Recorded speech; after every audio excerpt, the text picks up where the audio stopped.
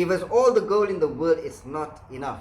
To teach even one ayah, I'll teach you alif lam mim. Believe me, all the gold in the in this world is not sufficient as a payment for that.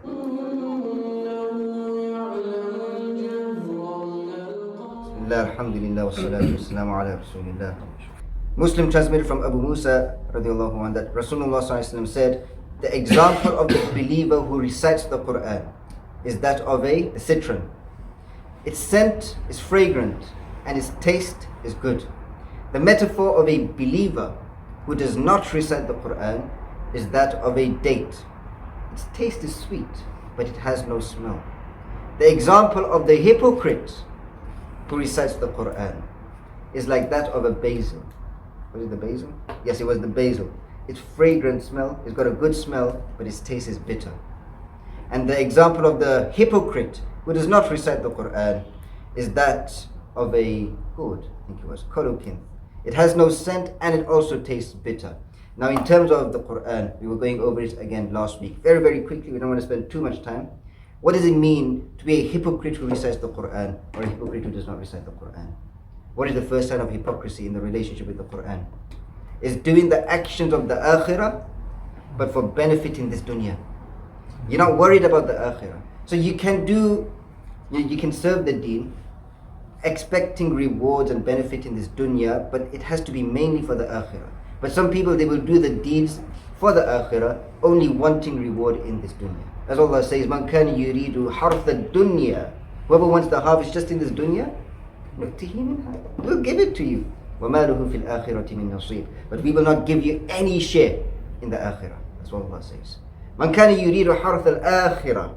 But whoever wants the harvest, the reward of the akhirah, نَزِدْ لَهُ فِي حَرْثِ. We will increase him in that. So again, doing the deeds for the akhirah. Your salah, why do you do it? Why do we do salah? To worship Allah. Is that for the dunya or the akhirah? It's for the akhirah, because Allah is going to question you about it. Correct. So when you're doing salah, it's for the akhirah. It's for the preparation for your meeting with Allah to go to Jannah.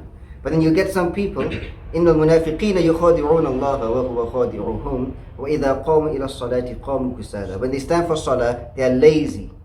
The only reason they will stand is for what? يُرَاءُونَ النَّاسِ.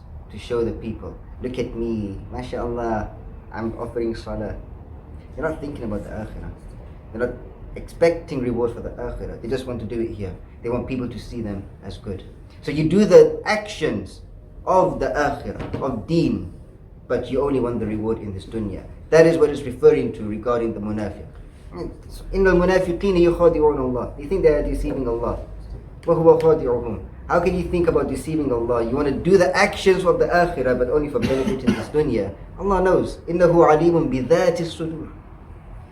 Allah, He knows about your that, your very nature. That's even deeper than niyyah. You have your niyyah, which comes from your intentions, is from your nafs. But your that, what is a that? What is that? Your that is your very nature.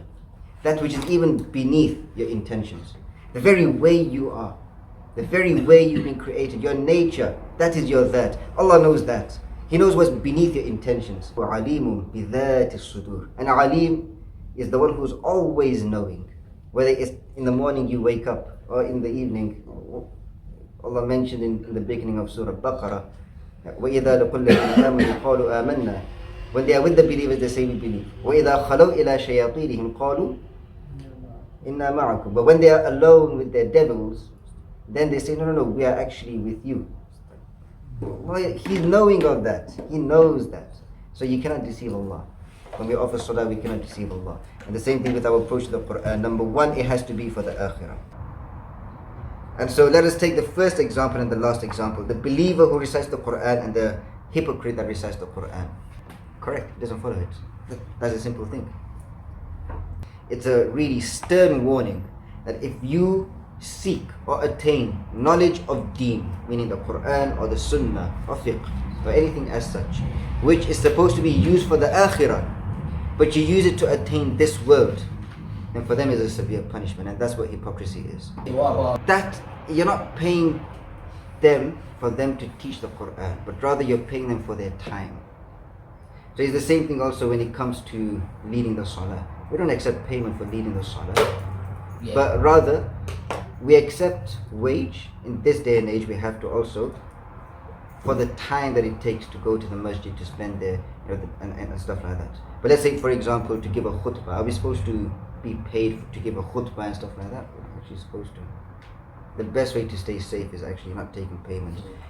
Again, this is something I cannot speak of or give any fatwas, but yeah. No, I'm just trying to. I mean, the thing is, you'll get people, they are doing it sincerely for Allah. They want to serve the deen of Allah, and they want to use their time to serve the deen of Allah, and obviously they will teach the Quran, but then how are they going to live? So that's why, for that reason, they will also accept payment. Is that acceptable? Yes. That's also acceptable.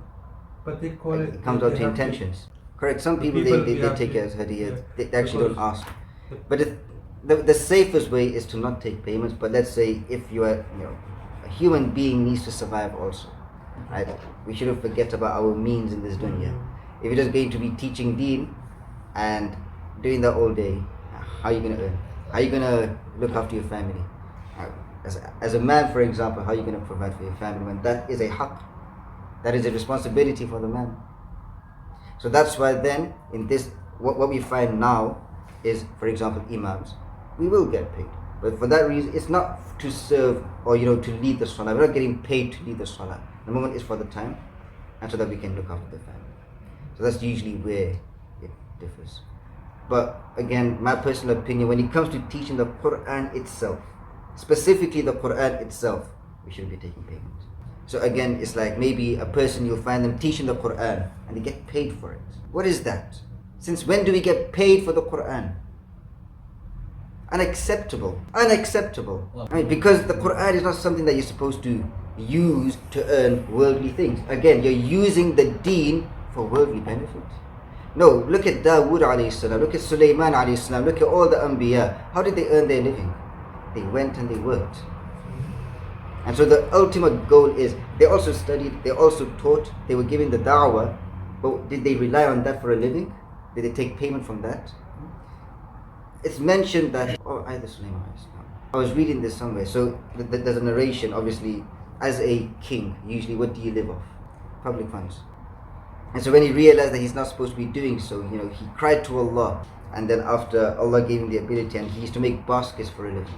But it's an example, we can just try and understand it, that even the Anbiya, everybody, they had to work to earn a living, not just using the deen to earn a living.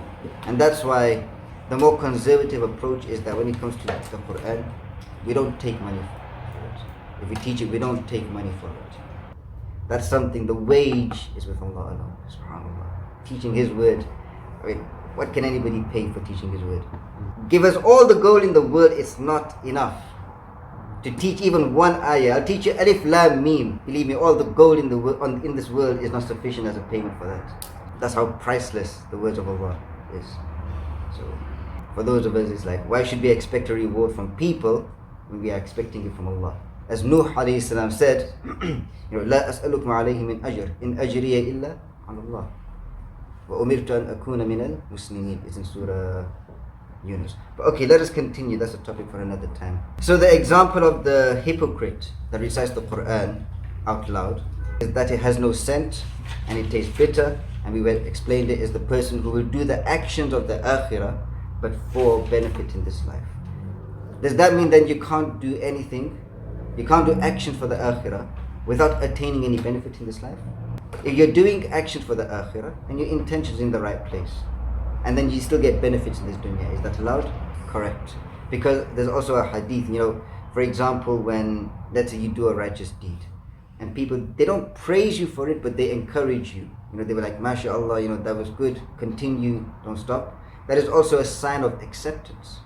SubhanAllah. So it can be a sign of acceptance also. Sometimes, when Allah opens your doors, and you don't start erring, your heart doesn't turn to what Allah gives you of this dunya, and that's safe. Again, may Allah protect our intentions. This is a really deep topic. We can spend a whole hour speaking of this itself.